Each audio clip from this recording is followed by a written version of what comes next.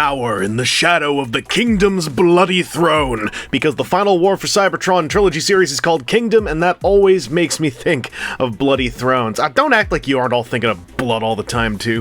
While this review is clearly of Deluxe Cheetor from Wave 1 of Kingdom, I did want to throw down a couple line-wide thoughts at the top. The packaging's gotten more eco-friendly and has way more cover art and way less window, which this cover art sure would look good on a Transformers TCG card. Sadness. Also, with the new inlay style, which is bubbleless, be sure you check the divot beneath the figure. There's often something fastened down there, and I'm pretty sure I read at least 3 times folks talking about accidentally throwing out Paleotrex's sword. And hey, damn! The instructions suddenly got better! Look at all that legibility, and clearly contrasting tones that aren't murky and dark. Yeah, the bar was that low. Finally, Kingdom figures come with these sparkly keen collectible cards. I believe it's wholly randomized, which is why I've got Optimus Prime, and there's a removable sticker on the front to reveal potential future timelines. Don't eat the sticker. And these cards seem to be wave to wave, a selection of like, what, 2 to 4, 2 to 3, I never kept track of this. I'm already liking the part where Cheetor, for the most part, looks like a regular spunky bipedal robot boy. No weird gangles or strange cheetah man aesthetics, just a slim fella who probably does lots of track and field. In fact, my only issue with the bot mode here is all the back pod mess. I only call it a mess because it's just on the edge of still being in the way. If the shoulder pods folded back another 15 degrees, and if the cheetah legs could somehow lock together, I'd be so happy. I'd also possibly just be looking at the Masterpiece version. That being my only issue means that yes, I am fine with the lighter electric blue, but so many people hate it. I may as well mention that it's wildly unpopular, and there's already a Netflix redeco of Cheetor with darker blue floating or skulking around out there. Can that muted color hope to bring such life to Cheetor's signature crotch face, though? I don't think so, but what do I know? Cheetor's got his tail as an accessory, which is done up like a blade-tipped whip, and is sculpted at an angle that always looks either limp and at rest, or at the genesis of an oncoming swing. Never really anywhere in between, which is a shame. It has nowhere to actually store, unfortunately, and Cheetor isn't fully outfitted with this trilogy's map of 5mm ports either, though he does have foot ports that are ready to receive any manner of boot upgrades on his kind of tiny feet. This bot's got a ball-jointed neck that lets him look all the way up and just rock out whether he wants to or not. Doesn't really tilt, though. He can look left and right. It's not bad. The shoulders, though, these are cool, because they've got your usual shoulder motions, and then there is a dedicated lateral joint in there. This is friggin' cool. Get back. This is friggin', look at the range on this. Friggin' cool range. It's also an elbow, there's a bicep swivel, there's a wrist swivel with, you know, some chunk, but it still is a wrist swivel. The waist turns happily, the crotch face can assume the upward position to keep an eye on the skies whilst Cheetor is battling down below. His hips have 2 degrees of fully usable motion, not a full Van Damme split ability, but he can cheat it and make it look like he can. He's actually just sitting with colossal man spread. He can't kick back very far, though, due to some cheetah sculpt back here. He can swivel his thighs, and he can bend his knees just shy of 90 degrees, but his foot is on a very wide range forward and backward rotational with a dedicated ankle tilt. The only thing is his feet are small, so sometimes it can be a battle to keep him standing. The big issue with his articulation for me is that these 2 flaps, like, if they could just go back a bit more, they are just in a perfect position to be in the way. You can ambulate these things up if you want him to get Goro mode with his paws. One might think this'll just be a standard crouch and twist Beastformers conversion scheme, but hey, can I just cut in here for a second? There's something that's a little bit important. It's about the tab. So there's a tab here that has to do with a divot up in here. This tab breaks a lot for a lot of people. I haven't broken it yet, and I figured out a secret on how to do that. Now you're gonna pull up on here, right? To get the peg that's stuck up the roof of the cheetah's mouth out of the mouth. When you pull up, the tab is underneath this blue and yellow pair of platforms that form the base of the neck. So you'd want to pull forward, right? But you can't. The peg's in there. So if you pull up a little bit, now you just felt the peg come unlocked. So now if you take the head and pull on here to flex the plastic to detension it, right? Remove the tension. Then pull forward, not up, but forward and then up. So diagonal forward up on this. Then you have now freed the tab.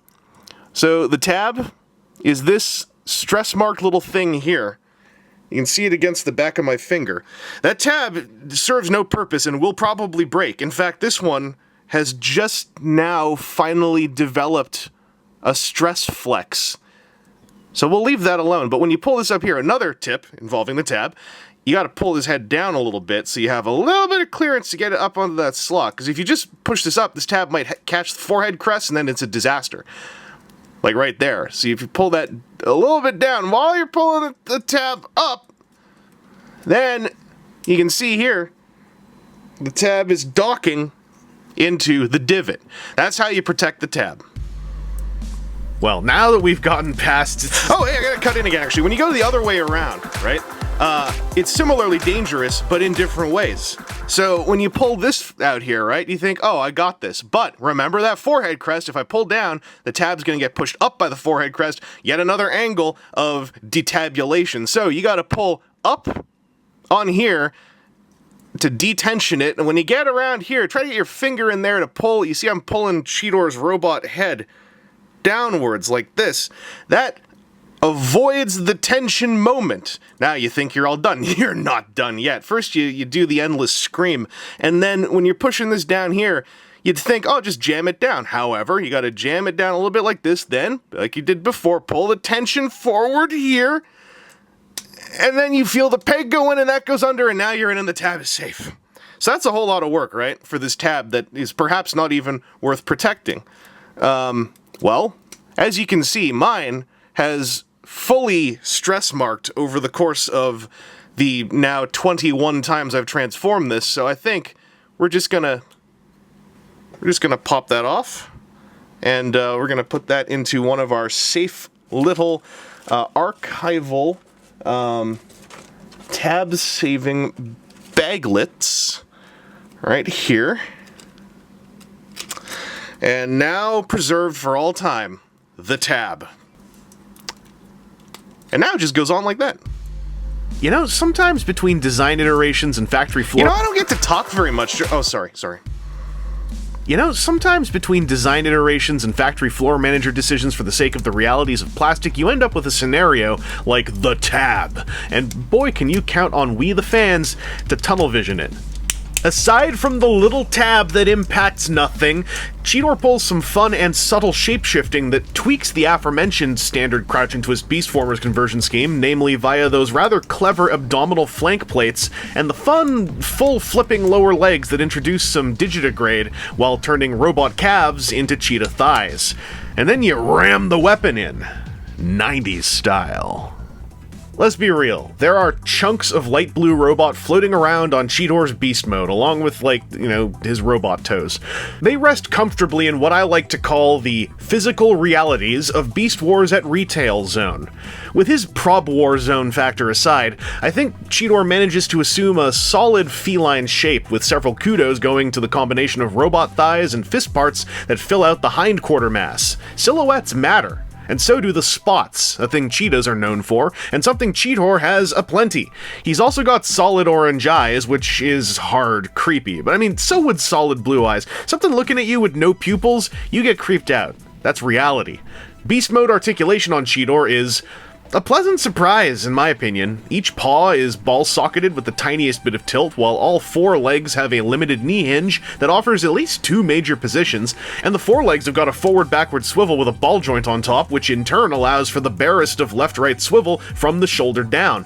The rear legs use the robot mode knee hinge and thigh swivel to accomplish similar motions to those front legs ball-socket swivelly things. And of course, the jaw can open. In fact, it can keep opening for, oh god, that's way too wide. In short, Cheetor's not a superposable cheetah, but he's no statue either. Cheetor's probably one of those Transformers who won't do it for you if you don't like how he looks. I found him to be a bevy of pleasant surprises, but I also don't find him visually abhorrent in either mode. All my praises probably won't pull you back over a fence if you've already planted your feet in the grumpy zone. I really like both silhouettes, and the transformation is fun and fast satisfaction once you get over the whole unfortunate debacle of the tab that doesn't matter. It's a little specific, but if his tail weapon had a hinge in the middle and a natural place to store in bot mode, I think I'd be singing his praises about 75% louder, and yes, aggressively trying to wrestle you back over a fence if, we were buddies. Anyway, this has been Internet Personality Vangelus, and no, I really don't need a gut gun. I already got plenty. I am curious how the Netflix version looks in person, though. Maybe I'll actually see one sometime this year.